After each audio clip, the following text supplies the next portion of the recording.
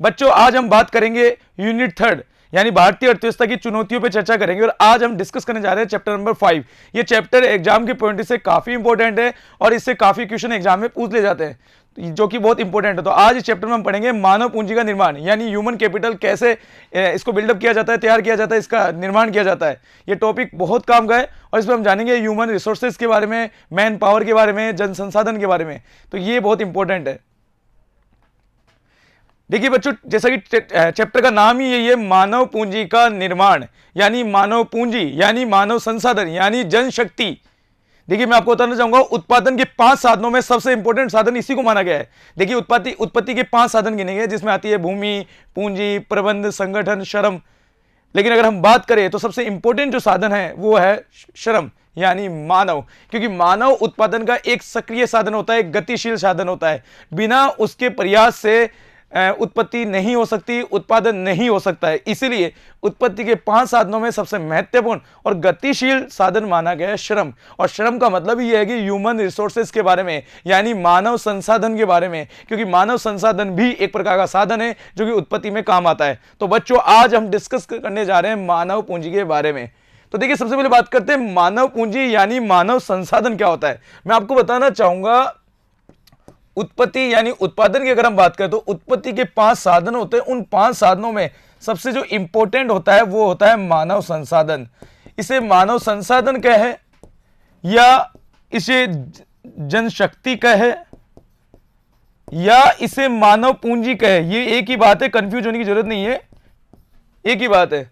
मानव संसाधन यानी human resources के, एचआर कहे, या जनशक्ति के बारे में अगर हम बात करें तो इसे जनशक्ति कहे, मैन पावर कहे, या इसे मानव पूंजी कहे, ह्यूमन कैपिटल कहे, एक ही बात है। तो आज हम बात करने जा रहे हैं ह्यूमन कैपिटल के बारे में। मैं आपको बताना चाहूंगा उत्पत्ति के 5 साधन कौन कौन से होते हैं। भूमि, पूंजी, संगठन, साहस और श्रम, ये 5 साधन होते हैं। देखिए सबसे पहले आती है भूमि, क्योंकि आप जब भी कोई प्रोडक्शन करना चाहते हैं तो उसके लिए आपको क्या चाहिए, लैंड चाहिए, भूमि चाहिए। क्योंकि प्लांट करने के लिए आप कोई प्लांट करना चाहते हो, कारखाना खोलना चाहते हो, फैक्ट्री खोलना चाहते हो, बिजनेस स्टार्ट करना चाहते हो, शॉप खोलना चाहते हो, मॉल खोलना चाहते हो, किसी प्रकार का कोई भी बिजनेस या ऑर्गेनाइजेशन करने के लिए आपको क्या चाहिए, सबसे पहले भूमि चाहिए। फिर उसके साथ आपको क्या चाहिए, पूंजी चाहिए, क्योंकि बिना इन्वेस्टमेंट के काम नहीं होगा, तो पूंजी चाहिए। अब पूंजी भी आपके पास है, भूमि भी है, तो उसको चलाने के लिए आपके पास संगठन होना चाहिए, एक अच्छा प्रबंध होना चाहिए, एक अच्छा मैनेजमेंट ऑर्गेनाइजेशन होना चाहिए। तो दूसरा तीसरा काम हो गया संगठन। और ये सब काम करने के लिए आपके अंदर क्या चाहिए, साहस चाहिए। बिना साहस के ये काम नहीं हो सकता, क्योंकि हर व्यक्ति ही व्यापारी नहीं बन सकता। यानी साहस की आवश्यकता होती है व्यापार करने के लिए, उत्पादन के लिए साहस की आवश्यकता होती है। बड़े बड़े उद्योगपति जब आप देखते हो तो वो एक साहस उठाते हैं, एक क्षमता के दम पर वो व्यापार करते हैं। इसलिए आपको क्या चाहिए, साहस। और सबसे लास्ट की बात करें तो श्रम चाहिए, क्योंकि बिना लेबर के काम नहीं हो सकता है। क्योंकि अगर हम इनकी बात करें तो इनमें सबसे ज्यादा गतिशील और सक्रिय जो साधन है वो श्रम ही है, क्योंकि वही इन सबको यूज कर सकता है। क्या भूमि में ऑटोमेटिक प्लांट बन जाएगा, ऑर्गेनाइजेशन तैयार हो जाएगा, मॉल तैयार हो जाएगा, बिल्डिंग बन जाएगी? नहीं। क्या कैपिटल से काम हो जाएगा, क्या प्रोडक्शन से काम, प्रोडक्ट से काम हो जाएगा, कच्चे माल से काम हो जाएगा? नहीं। यानी कच्चे माल को यूज लेना, प्लांट तैयार करना, प्रोडक्शन करना, इन सब चीजों में रोल जो है वो लेबर का है, यानी मानव संसाधन का है, यानी जनशक्ति का है। इसलिए जनशक्ति को उत्पादन का सक्रिय साधन माना गया है, क्योंकि बिना उसके हम उत्पादन की कल्पना भी नहीं कर सकते हैं। तो बच्चों आपने जाना किस प्रकार मानव संसाधन बहुत काम का है। इसलिए यह टॉपिक अर्थव्यवस्था में सबसे ज्यादा काम का है, क्योंकि हर देश के कल्याण, उत्थान और विकास में महत्वपूर्ण जो भूमिका निभाता है वह जन संसाधन निभाता है। अब यहां इस चैप्टर में आज हम चर्चा करेंगे मानव संसाधन के बारे में, उसकी विशेषता, उसके महत्व के बारे में, उसकी भूमिका के बारे में कि वो अर्थव्यवस्था में अपना कितना योगदान निभा सकता है। तो इस टॉपिक में हमने जाना कि मानव संसाधन वास्तव में कितना महत्वपूर्ण है, क्योंकि मानव संसाधन के बिना उत्पादन की कल्पना करना इम्पॉसिबल है, हम नहीं कर सकते। तो जैसे आपने समझा कि हम आज डिस्कस करने जा रहे हैं ह्यूमन कैपिटल के बारे में, और इसमें सबसे ज्यादा अगर हम बात करें तो सबसे ज्यादा सक्रिय और गतिवान जो साधन है वो बच्चों मानवीय पूंजी है, श्रम है, मानव संसाधन है। आगे हम बात करते हैं क्यों, क्योंकि श्रम के बिना हम उत्पादन की कल्पना नहीं कर सकते हैं। क्योंकि मैंने आपको कहा क्या बिना लेबर के काम हो जाएगा, क्या भूमि में प्लांट तैयार हो जाएगा, क्या रॉ मटेरियल से फिनिश गुड बन जाएगा, क्या सप्लाई हो जाएगी, सेलिंग हो जाएगी, इन्वेस्टमेंट, प्रोडक्शन, ये सब चीजें नहीं हो सकती।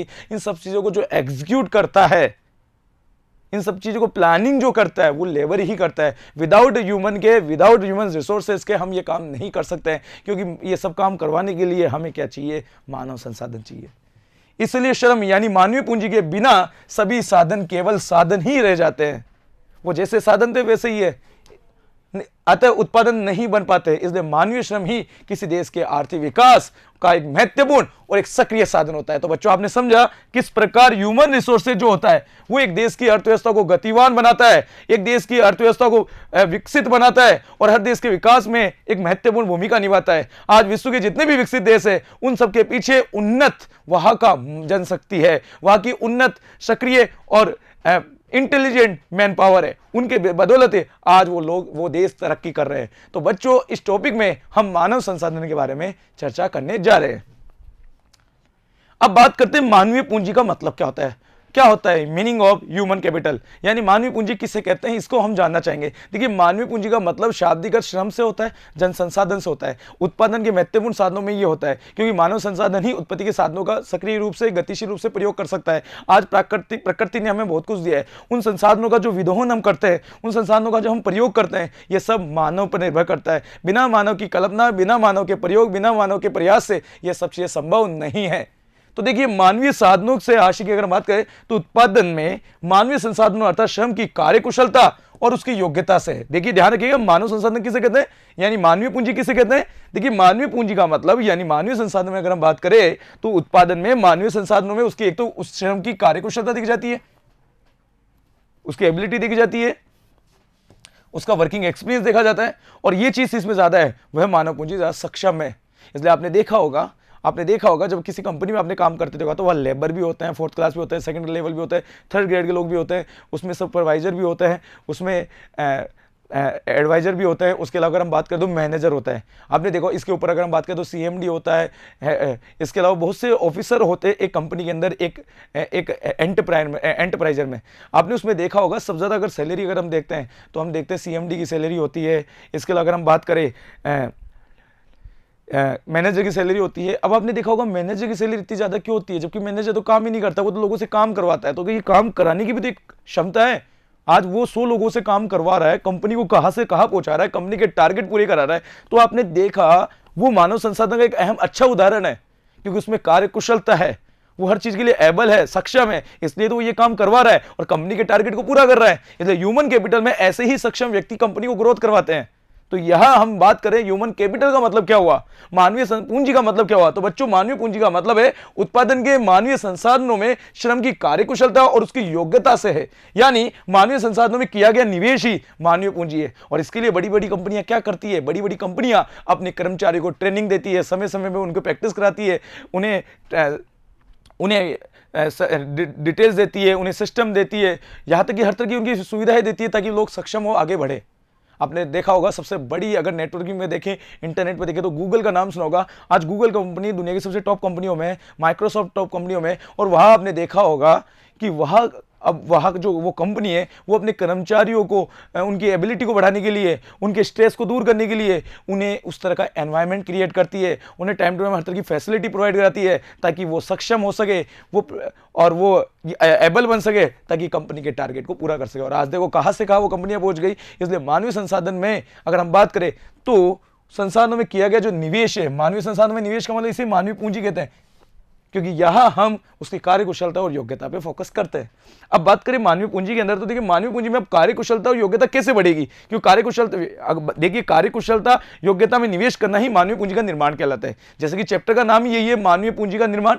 तो बच्चों, मानवीय पूंजी निर्माण का मतलब है कि श्रम के कार्यकुशलता और उसकी योग्यता में वृद्धि करने के लिए किया गया जो निवेश होता है उसे ही हम मानवीय पूंजी का निर्माण कहते हैं। और ये तभी किया जा सकता है जब हम उसमें शिक्षा, प्रशिक्षण, स्वास्थ्य, इन पे फोकस करें। तो देखिए, ह्यूमन जो कैपिटल है उसमें ग्रोथ कब आएगी, उसमें एबिलिटी कैसे आएगी, वो ट्रेंड कैसे बनेगा, उसके लिए आप उसका नॉलेज इंक्रीमेंट होना जरूरी है, उसकी एबिलिटीज फोकस करना जरूरी है, उसके स्किल डेवलप करने पड़ेंगे, उसकी एजुकेशन पे फोकस करना पड़ेगा, उसे टाइम टू टाइम ट्रेनिंग देनी पड़ेगी ताकि उसे हर फील्ड का नॉलेज हो, उसे जजमेंट लेने की कैपेसिटी बढ़ानी पड़ेगी, उसका विजडम, उसका बौद्धिक लेवल बढ़ाना पड़ेगा, उसके अंदर क्रिएटिविटी लेवल बढ़ाना होगा।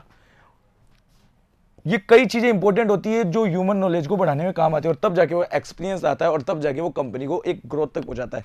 तो देखिए, हम बात कर रहे हैं मानवीय पूंजी का निर्माण, और मानवीय पूंजी का निर्माण है कि एक संसाधन में, एक फर्म में लगने वाले जितने भी कर्मचारी होते हैं उन सब की योग्यताओं के अनुसार उनकी कार्य कुशलताओं में वृद्धि करना, अभिवृद्धि करना और कंपनी के टारगेट्स को पूरा करना, ये सब मानव पूंजी का निर्माण कहलाता है। और इसी के लिए बड़ी बड़ी कंपनियां जो होती है वो अपने कर्मचारियों पर इन चीज़ों पर काम करती है। तो बच्चों, आपने समझा कि मानव संसाधन वास्तव में कंपनी का एक सक्रिय गतिवान साधन है। इसे हम एक जनशक्ति के रूप में कह सकते हैं, इसे ही हम मानवीय पूंजी कह सकते हैं। क्योंकि देखो, सबसे बड़ी जो पूंजी होती है, देखिए आपने नाम सुना होगा पूंजी का मतलब रुपया, इन्वेस्टमेंट। लेकिन यह मानव पूंजी कैसे हुई? क्योंकि इन्वेस्टमेंट को यानी उस पूंजी को भी यूज करने के लिए मानव चाहिए। इसलिए सबसे बड़ी पूंजी जो है वो मानव पूंजी है, वो तो भौतिक पूंजी गिनी जाएगी।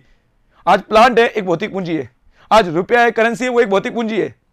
आज मशीनें एक भौतिक पूंजी है, एक जमीन एक भौतिक पूंजी है। आप इन सब चीजों के लिए बड़े बड़ा पैसा खर्च करते हो, लोन लेते हो, व्यापार शुरू करते हो, लेकिन उन सबको चलाने के लिए एक एडवांस माइंड वाला आपके पास एक ह्यूमन चाहिए, ह्यूमन पावर चाहिए, ट्रेंड अफसर चाहिए, ट्रेंड कर्मचारी चाहिए। और ये तब सब चीजें आपके पास इंक्लूड होगी तो आप अपने टारगेट को अचीव कर सकते हैं। इसलिए मानव को भी एक पूंजी का दर्जा दिया गया है। इसलिए मानव पूंजी में इन्वेस्टमेंट हर कंपनी करती है, क्योंकि जब तक आपके पास सक्षम, गतिवान, सक्रिय कर्मचारी नहीं है तो आप अपने टारगेट पूरा नहीं कर सकते। इसलिए प्रत्येक कंपनी अपने लक्ष्य को पूरा करने के लिए, प्रत्येक देश अपने आप को अन्य देशों से बेहतर बनाने के लिए मानवीय संसाधन पर कार्य करता है।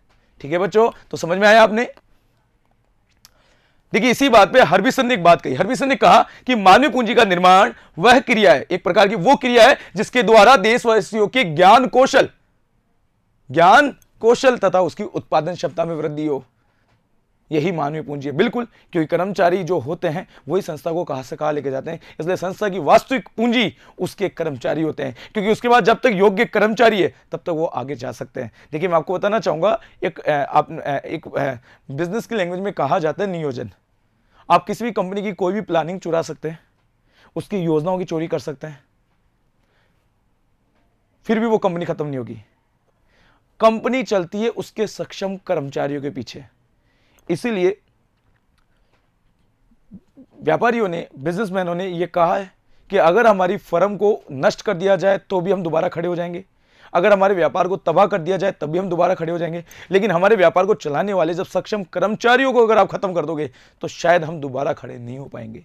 क्योंकि वास्तव रूप से उस कंपनी को चलाने वाले जो है वो कर्मचारी है। क्योंकि अगर आपने देखा होगा, अगर किसी कंपनी की आग लग जाती है तो क्या वो कंपनी पीछे चल जाती है? नहीं, वो दोबारा खड़ी हो जाती है। कोई फर्म खत्म हो जाती है, वो दोबारा खड़ी हो जाती है। उसका माल का नुकसान हो जाता है, वो दोबारा खड़ी हो जाती है। लेकिन जब उसके सक्षम कर्मचारी उसको छोड़ के चले जाते हैं, या वो मर जाते हैं, या उन्हें खत्म कर दिया जाता है, तो उन्हें दोबारा खड़ा होना मुश्किल हो जाता है, या उन्हें बहुत मेहनत करनी पड़ती है। इसलिए आज जितनी भी बेहतर कंपनियां हैं, व्यापार है, प्रतिष्ठान है, वो सब अपने सक्षम कर्मचारियों के पीछे। इसलिए मानव पूंजी एक अर्थव्यवस्था का एक महत्वपूर्ण टॉपिक है, क्योंकि उत्पत्ति के साधनों में सबसे ज्यादा गतिवान, सक्रिय और गतिशील जो साधन है वो मानव पूंजी है। इसलिए हर्बिसन ने भी इसी पे बात कही कि देशवासियों के ज्ञान कौशल और उत्पादन क्षमता में वृद्धि हुई, यही मानवीय पूंजी का निर्माण कहलाता है। अब आगे बात हम कर रहे हैं, तो मानव पूंजी का संबंध किससे हुआ? इसका मतलब एक तो प्रशिक्षण से और एक कुशल श्रम शक्ति से।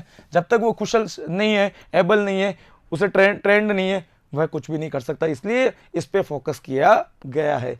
तकनीकी दृष्टि से अगर हम टेक्नोलॉजी से देखें, क्योंकि आज का युग तकनीक का युग है, तो तकनीकी दृष्टि से आज के टाइम में प्रशिक्षित और कुशल श्रम शक्ति ही विकसित देशों को कहां से कहां लेके जा रहे हैं, यानी उनके आर्थिक विकास का वो आधार है। आज आपने देखा होगा, अमेरिका है, चीन है, ये विश्व में उभरते हुए देश है। आज विकसित दुनिया का सबसे विकसित राष्ट्र जो है वो अमेरिका है। वही अगर एशिया में बात करें तो चाइना एक उभरता हुआ राष्ट्र बन चुका है। भारत की अर्थव्यवस्था भी एक उभरती हुई अर्थव्यवस्था में गिनी जाती है। विश्व की सबसे टॉप अर्थव्यवस्था में अमेरिका को गिना जाता है। छठी अर्थव्यवस्था भारत की है। तो ये आपने देखा होगा, कहीं ना कहीं ये हमारे देश के सक्षम, कुशल, योग्य मानव संसाधन के पीछे है। इसलिए जनशक्ति का ये चीजें होना जरूरी है, तभी एक देश अपने टारगेट को पूरा कर सकता है और अन्य देशों से बेहतर बन सकता है। वास्तव में किसी भी अर्थव्यवस्था में भौतिक पूंजी का निर्माण बड़ी सीमा तक मानवीय पूंजी के निर्माण पे निर्माण करता है। अब देखिए, मैंने आपको बताना चाहूंगा भौतिक पूंजी। देखिए, भौतिक पूंजी का मतलब बात करें फिजिकल एसेट्स भी कह सकते हैं, फिजिकल कैपिटल भी कह सकते हैं। इसमें हम बात करें प्लांट्स,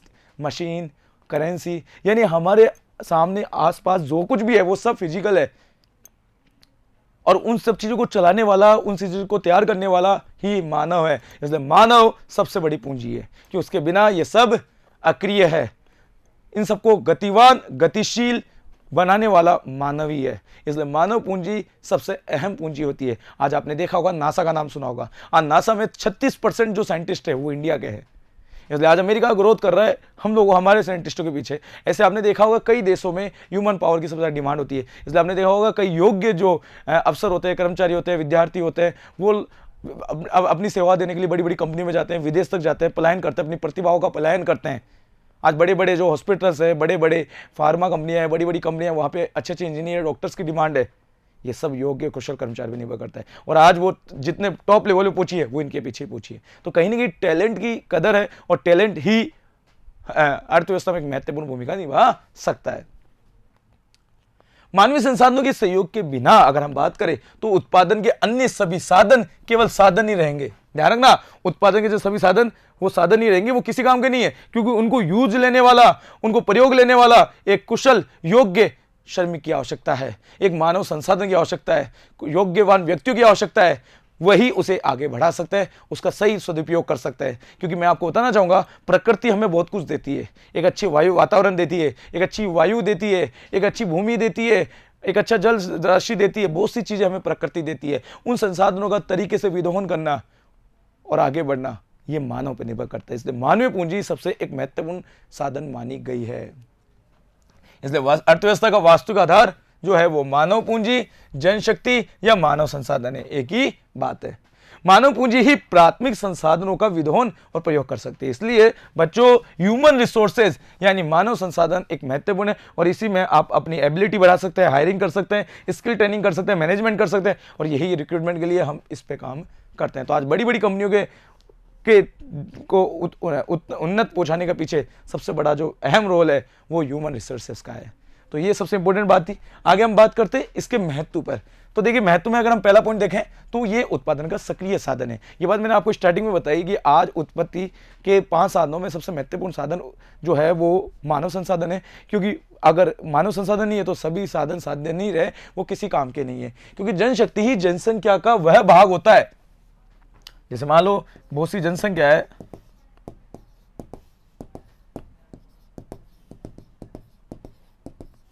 अब इसमें से टॉप जो लोग व्यक्ति है यही अर्थव्यवस्था को चलाने वाले हैं। तो जनशक्ति का वह भाग यानी टोटल पॉपुलेशन का वह भाग जो आर्थिक रूप से सक्रिय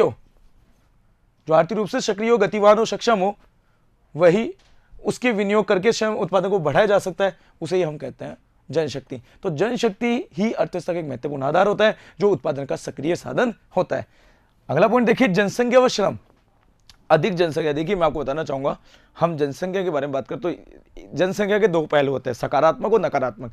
एक देश के लिए जनसंख्या बढ़ना में अच्छी बात भी है, लेकिन दूसरी तरफ से देखें तो उससे नुकसान भी है। क्योंकि अधिक जनसंख्या वृद्धि होने से बेरोजगारी, गरीबी, अशिक्षा, कई तरह की समस्याएं उत्पन्न होती है। लेकिन साथ ही साथ जनसंख्या वृद्धि से श्रम संसाधन में बढ़ोतरी होती है, और उस देश के में उत्थान में महत्वपूर्ण भूमिका निभा सकता है। जैसे आज अमेरिका है, कनाडा है, इनके पास हमसे ज़्यादा ज़मीनें हैं, लेकिन उनके पास जनसंख्या कम है, इसलिए वहाँ ज़्यादातर जो काम होता है वो मशीनों से होता है, तकनीकी पे निर्भर रहना पड़ता है। जबकि इंडिया के अंदर बात करें, हम चाइना के अंदर बात करें, तो यह पॉपुलेशन ज़्यादा है, और जैसे कि मैंने आपको बताया कि उत्पादन उन साधनों में सबसे ज़्यादा अगर गतिवान साधन है तो मनुष्य है। इसलिए मनुष्य एक अर्थव्यवस्था को कहाँ से कहाँ तक ले जा सकता है। इसलिए जनसंख्या श्रम के अंदर हम बात करें, जितनी ज़्यादा जनसंख्या बढ़ेगी उतने आपके देश में श्रम शक्ति बढ़ेगी। तो अधिक जनसंख्या का परिणाम अधिक कार्यशील जनसंख्या। यह ध्यान रखिएगा, कार्यशील जनसंख्या इंपॉर्टेंट है, क्योंकि कार्यशील जनसंख्या तो फायदा ही नहीं है, फिर तो वो अर्थव्यवस्था को गर्त पे पहुंचा देगा। इसलिए एक देश की अर्थव्यवस्था को गति, उन्नत और शक्ति प्रदान करने का जो काम करता है वो एक श्रम शक्ति ही कर सकती है, एक गतिवान कार्यशील जनसंख्या ही कर सकती है। फलस्वरूप राष्ट्र को आर्थिक विकास हेतु पर्याप्त श्रम शक्ति जो मिलती है वो जनसंख्या से मिलती है। इसलिए जनसंख्या वृद्धि भी एक देश के लिए महत्वपूर्ण है, और एक अच्छी कार्यशील, योग्य, गुणवान उसे श्रम शक्ति प्रदान हो सकती है। आगे हम देखें मांग का निर्माण।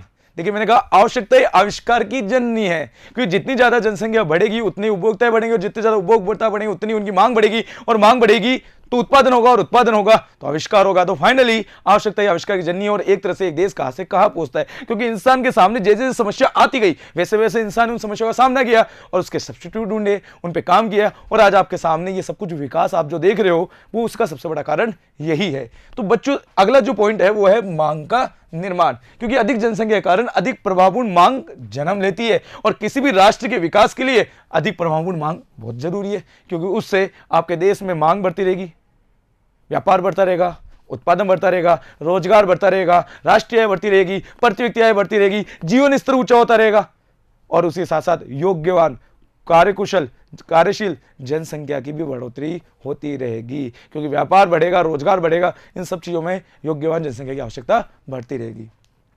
और ये बात किन्स ने अपने तत्व में, अपने सिद्धांत में भी कही थी। आगे हम बात करें शोध, अनुसंधान और आविष्कार। अभी मैंने आपको कहा कि प्रभावपूर्ण मांग ही उस देश में कार्यशील जनसंख्या बढ़ोतरी करती है और अधिक जनसंख्या से ये चीजें उत्पन्न होती हैं।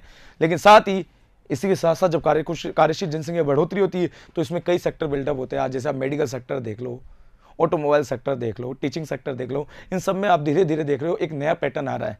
और ये जो पैटर्न जो आ रहा है वो एक वर्किंग पॉपुलेशन पर डिपेंड करता है। तो इन्होंने कहा जो शोध है, अनुसंधान है, आविष्कार है, उनमें भी अगर हम बात करें तो एक कार्यशील जनसंख्या का अहम रोल है, क्योंकि अधिक जनसंख्या अनेक समस्याओं को जन्म देती है। बिल्कुल, और इन समस्याओं को हल करने के लिए अनेक प्रकार के हमें शोध कार्य करने होंगे और जब हम रिसर्च करेंगे निरंतर तो उसके लिए अलग अलग सेक्टर भी तैयार होंगे, अलग अलग आविष्कार भी होंगे, इसलिए ये चीजें हमें प्राप्त होती है। और जैसे अलग अलग आविष्कार पैदा हुए, जैसे भी आपने देखा बीमारियां पैदा हुई तो डॉक्टर ने काम क्यों नहीं किया। जैसे अभी अभी आपने नाम सुना होगा कोरोना। अब कोरोना एक बीमारी हो गई तो दुनिया में बहुत से देश, बहुत सी कंपनियां, बहुत सी फार्मा कंपनियां, बहुत से साइंटिस्ट इस पे काम कर रहे हैं, दवा बना रहे हैं, टीका बना रहे हैं, वैक्सीन बना रहे हैं, और आज देखो काम बढ़ा नहीं बढ़ा। तो इस तरह से शोध, आविष्कार भी बढ़ोतरी होती है। आगे हम बात करें कौशल निर्माण को बढ़ावा। देखिए, एक कार्यशील जनसंख्या का होना आवश्यक है, एक गतिशील जनसंख्या का होना आवश्यक है, एक योग्य जनसंख्या, एक कुशल जनसंख्या होना आवश्यक है, और ये मानव संसाधन का एक अहम रोल होता है। तो बात करें कौशल निर्माण को बढ़ावा।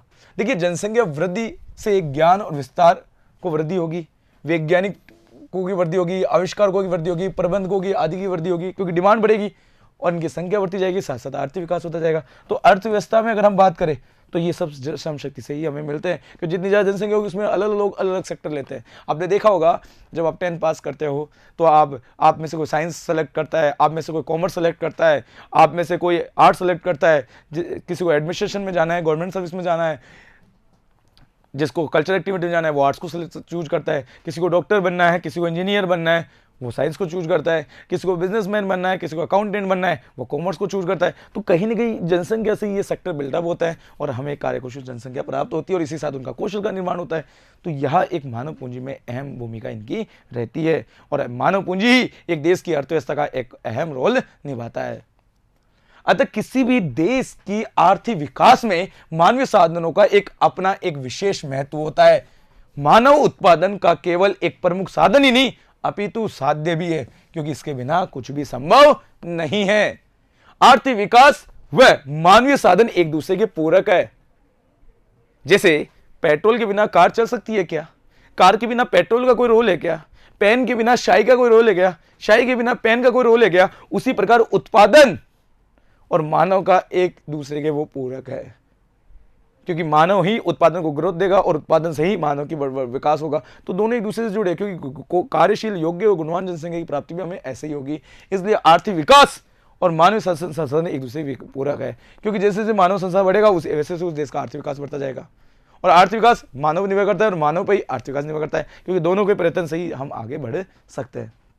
आर्थिक विकास का प्रमुख उद्देश्य मानव कल्याण में वृद्धि करना है, जबकि आर्थिक विकास स्वयं मानवीय कल्याण की प्रयत्नों का एक परिणाम है, क्योंकि मानव कल्याण जैसे होता जाएगा, मानव का विकास हो जाएगा, वैसे ऑटोमेटिक उस देश का आर्थिक विकास होगा। क्योंकि सिंपल सी बात है, जनसंख्या वृद्धि हुई, डिमांड बढ़ी, उत्पादन बढ़ा, रोजगार बढ़ा, व्यापार बढ़ा, राष्ट्रीय बढ़ी, प्रति व्यक्ति आय बढ़ी, देश ग्रोथ करता गया और कैसे कैसे आगे बढ़ता गया, आविष्कार हुए। तो ये सब चीजों का आधार जो है वो मानव कल्याण है। आगे हम बात करें, यदि कोई राष्ट्र मानवीय साधनों का विकास करने में असमर्थ रहता है तो दूसरे क्षेत्र में वह अधिक विकास नहीं कर सकता है, क्योंकि मैंने आपको कहा उत्पत्ति के 5 साधनों में सबसे ज्यादा सक्रिय, गतिशील, कार्यवान, कार्यशील जो साधन है वो श्रम है, मानव संसाधन है, और वही इन सब चीजों को प्रभावपूर्ण तरीके से प्रेरित करता है। तो बच्चों, आज आपने मानव संसाधन क्या होता है ये जाना, मानव संसाधन के महत्व के बारे में जाने। अगले पार्ट में हम चर्चा करेंगे जनशक्ति के बारे में। धन्यवाद।